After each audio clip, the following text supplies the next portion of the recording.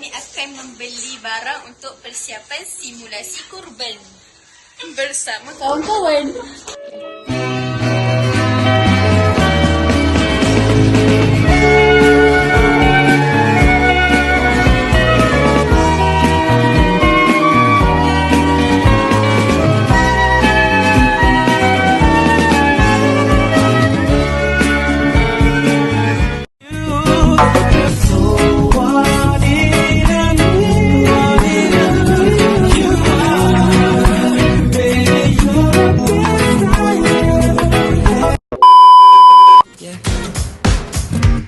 Berdiri di sini dan kau berdiri di sana. Tak perlu kau katakan apa lagi jika kau terus senyum selalu.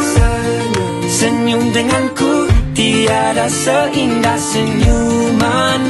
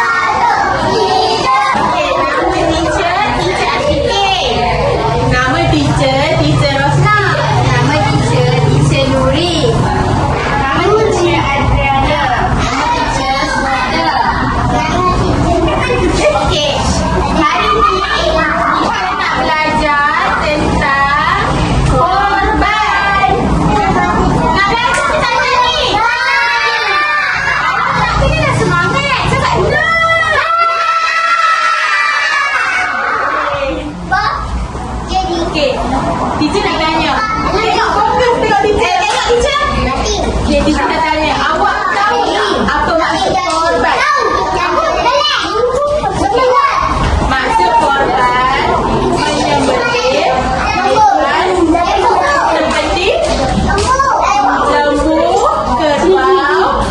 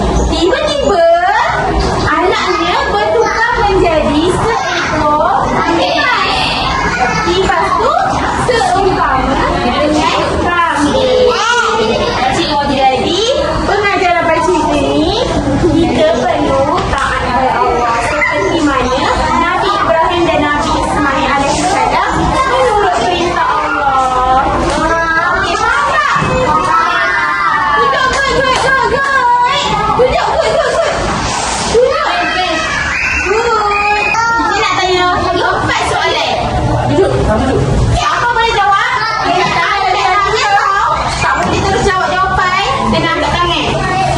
Berapa kali haiwan yang perlu ada kalau kita nak sembelih?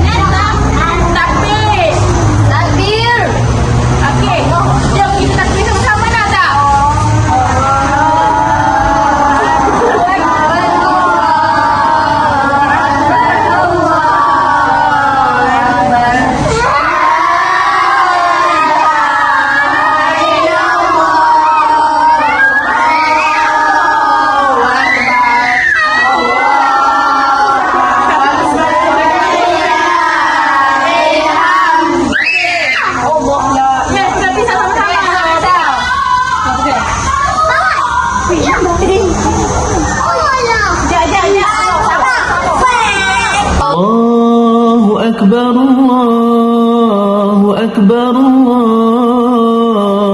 أكبر لا إله. Selepas kita potong sembelih lembu tu, kita kena melapah dia menjadi kecilan kecil supaya senang nak potong. Faham tak? Okey, nah sekarang ambil salah satu. Nak ada? Ini je ada. Okey. Okey, awak sabar. Teacher buat contoh. Contoh. Tengok teacher buat contoh macam ni. Awak potong dia begini, lepas tu awak letak dekat bakul tepi. رسول الله صلوات الله وسلامه عليك يا حبيب الله صلوات الله وسلامه عليك يا رسول الله Kita bahagian pemotongan. Okey, lepas dia kawan-kawan dah sembelih, dah melapah, so kita kena potong daging ni jadi kecil-kecil. Okey. Sekarang teacher bagi ni. Teacher bagi dulu. Okey. Lepas tu kita potong tau.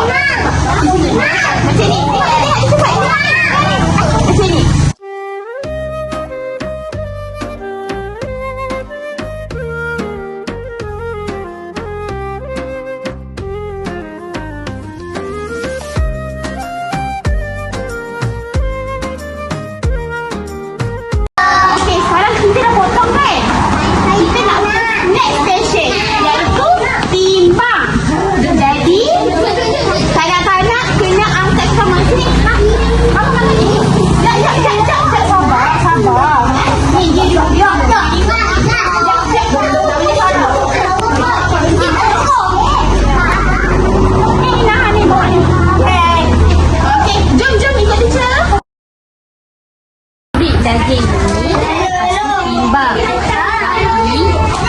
sama rata. صارت روحي حبا. Ambil daging ni, bagi dan tengok awak kawan awak boleh. قلبي في المدينة وجد السكينة قال يا نبينا السلام عليك. قلبي في المدينة وجد السكينة محمد نبينا السلام عليك. صلوات الله وسلامه عليك يا Kita dah habis belajar. Kita dah habis buat simulasi korban. Okey, tadi ada berapa session kita buat?